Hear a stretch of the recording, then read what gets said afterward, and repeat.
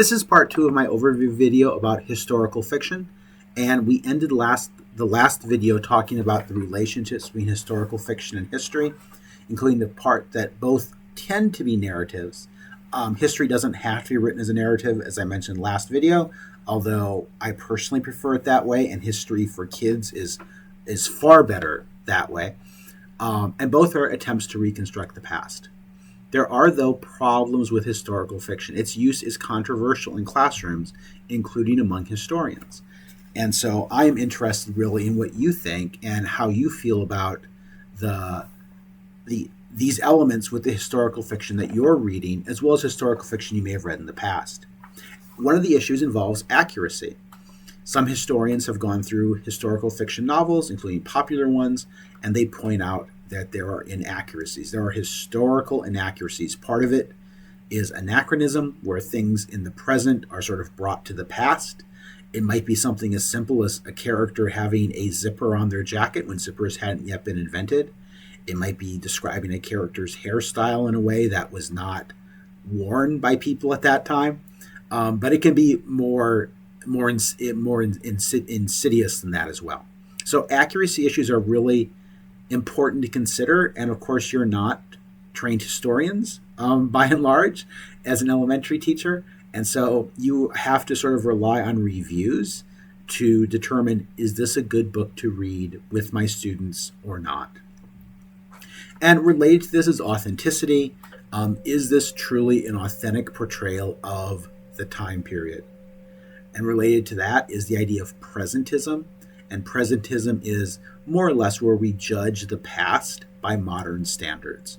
That's not to say we can't judge the past, but we need to judge the past by its own standards, sort of like when we look at other cultures. There's nothing wrong with evaluating other cultures or even judging other cultures, but for us not to be ethnocentric, we should judge those cultures by their own standards, or really have a strong reason why we don't want to do that. And it's the same thing with the past. Now, this can go too far. Like sometimes people say, oh, well, this was in 1800 and there was slavery in 1800, but that was just the way it was. So it's okay if people in the story have slaves because that's just the way it was. That's true in a sense, but it's also important to recognize that there was beginning to be widespread opposition to slavery in that time period. When people look at the early U.S. and the Revolutionary period, the Constitutional period, people often will point out that very famous slaveholders like Thomas Jefferson and George Washington have traditionally been well regarded, despite the fact that they were slave owners. And people will try to justify that by saying, "Oh, well, that was just the way things were then." And it is the way things were then. That's true, but it wasn't 100%. And in fact, there were people at the time of the Revolution who truly started to believe in liberty. And there were, in fact, slave owners who freed their slaves and said, you know what? We do believe that all men are created equal, that all people are created equal. And that's something, of course, that Jefferson and Washington chose not to do.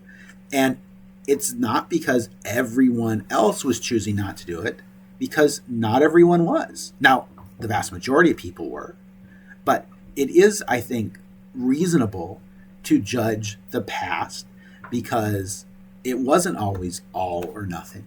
Now, it might look different judging things in, say, 1700 or 1720 before abolition ideas started to be widespread, and when slavery in the U.S., or what would become the U.S., in the colonies, was still probably closer to traditional types of slavery that have existed in most cultures around the world at some point in their development, rather than what slavery became in the late 17 and 1800s.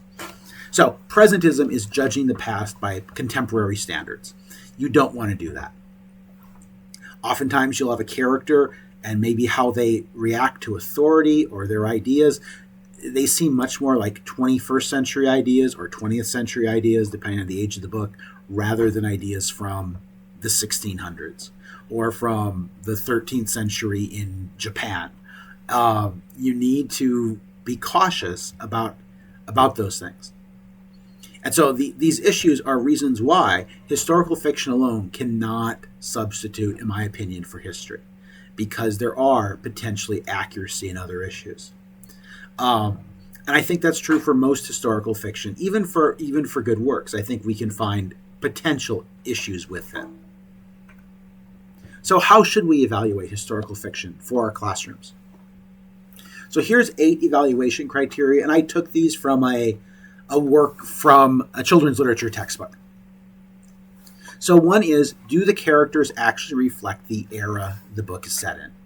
Are there experiences? Are there conflicts? How those conflicts are resolved? Do those reflect the values and practices of that time? Do the actions of characters express values and beliefs that were realistic for the era? If you have a book that is set in 17th century France, early 17th century France, let's say especially, and people are talking about how important freedom of religion is, that is not the values and beliefs that were realistic for that time period. Is the language authentic without being hard to understand? This is really tricky. This is also true like for books that are set in a different country where people speak a different language, and it is a balancing act. You're going to see some words. You'll see this in the Birch Bark House, I believe. You're going to see some words in the Birch Bark House in Ojibwe, but there's going to be many. Obviously, not all the dialogue is in Ojibwe.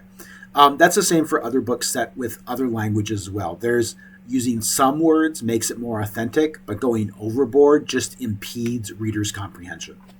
So that is a balancing act that you as a teacher need to judge what works for your students. Is the setting completely authentic? Are the details about the setting, are they integrated into the story? Like, we don't want to overwhelm the reader with what things were like in Oklahoma in 1923. We don't want to detract from the story. They should be integrated into the story. And sometimes, if the setting's the antagonist, in other words, if the person is trying to survive, are the relationships between the setting and the characters in the story clearly developed? Is the theme worthwhile? Does the style of the writing enhance the mood? Does it clarify conflicts, characterization, settings, and themes of the book? There's different reasons you would have historical fiction in your classroom, and you should judge it largely, I think, based on what you would use it for.